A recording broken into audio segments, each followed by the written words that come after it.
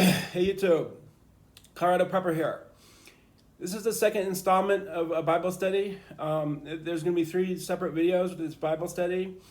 This is the second, so if you haven't seen the first, look for it. Now, let's get back into WRL and the Bible. Let's go to Revelation 13:5. The beast was given a mouth uttering haughty and blasphemous words, and it was allowed to exercise authority for 42 months. It opened its mouth to utter blasphemies against God, blaspheming his name and his dwelling, that is, those who dwell in heaven. Also, it was allowed to make war on the saints and to conquer them. It was given authority over every tribe and people and language and nation, and all the inhabitants of the earth will worship it, everyone whose name has not been written from the foundation of the world in the book of life of the Lamb that was slaughtered. So he's talking about the polar opposite to WRL. WRL is anarchy, no government. This is too much government. This is an oppressive, totalitarian world government. It's the polar opposite to WRL. What do we make of this? Oftentimes, WRL is a power vacuum. And when there's a power vacuum, that vacuum gets filled, and a party or a sect or a person can take over and create too much government, too strict of a government, too oppressive of a government. So one can easily lead to the other. WRL can easily lead to oppressive totalitarian government as the power vacuum gets filled. So now let's go to Matthew 10:16. Actually, let's go to Matthew 24:4.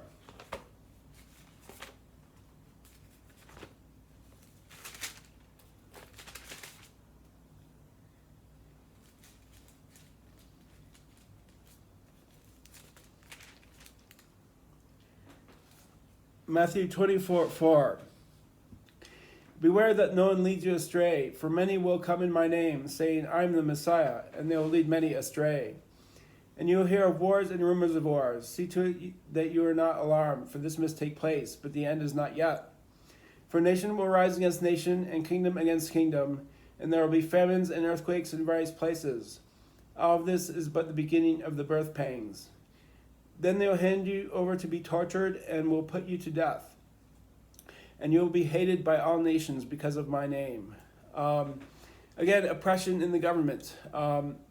Oppression under the thumb of oppressive rulers. You could say this is in reference to the persecution the early church suffered at the hands of the Romans and the unconverted Jews.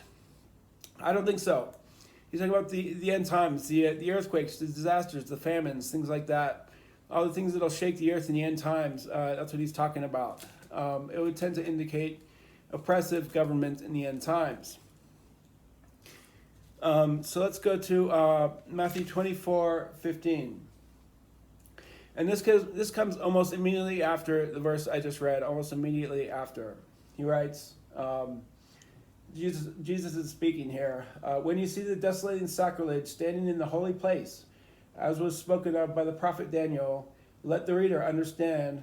Then those in Judea must flee to the mountains. The one on the housetop must not go down to take what is in the house. The one in the field must not turn back to get a coat.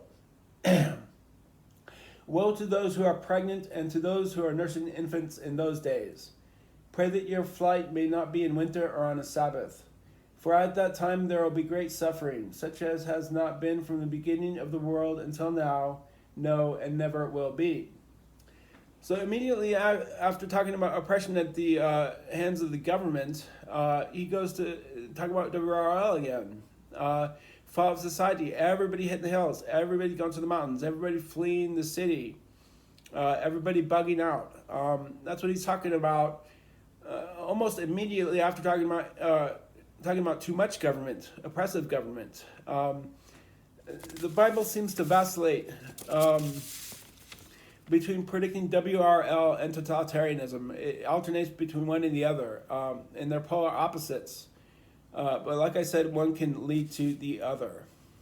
Now let's go to, I'll wrap up I'll wrap up this video here. I'll pick it up with the next video.